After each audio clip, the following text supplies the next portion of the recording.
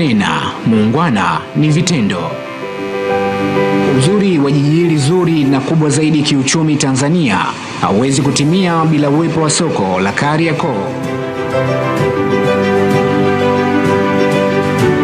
Usiku wa Julai 10, 2021 haikuwa tu majonzi kwa wafanyabiashara wa Kariakoo, bali pia kwa serikali na Watanzania wote kwa ujumla.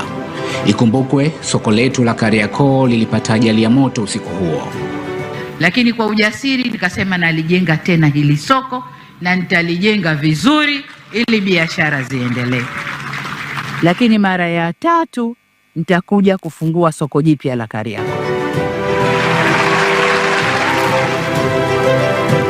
Naam, hayawi sasa yamekuwa. Mheshimiwa Rais amefanikiwa na amefanikisha kuwekeza zaidi ya bilioni 28 ili ziweze kukamilisha ujenzi na ukarabati wa iliyokuwa soko la Kariakoo la zamani pamoja na hili jipya.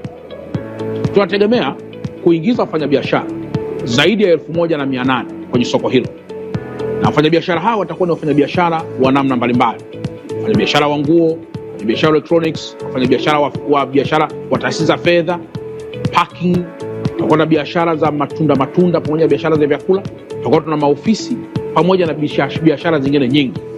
Tumejipanga kuhakikisha kwamba soko linakuwa la kisasa kama maelekezo ya serikali yalivyo, ikiwemo kufanya market segmentation, kwamba bidhaa fulani inapatikana eneo fulani, bidhaa fulani eneo fulani.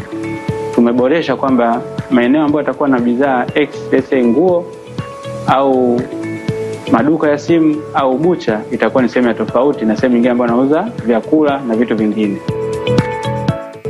Na mwaka huu tumesema tutaruhusiwa kufanya biashara yoyote mpaka jengo hilo lilipiwe bima, ili litakapopata madhara basi bima iweze kukava kwa taratibu na kwa sheria za insurance Tanzania. Tukio la janga la ajali ya moto, kama nilivyosema hapo awali, liliacha huzuni, hasara kutokana na jengo la soko kutokuwa na bima.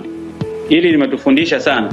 Kwa fundisho hili limetufanya sasa kusaini mkataba huu wa ushirikiano kati ya shirika la masoko Kariakoo na shirika la bima ya taifa, ili kukinga mali ya umma hii, lakini na mali ambazo zitakuwemo ndani ya soko.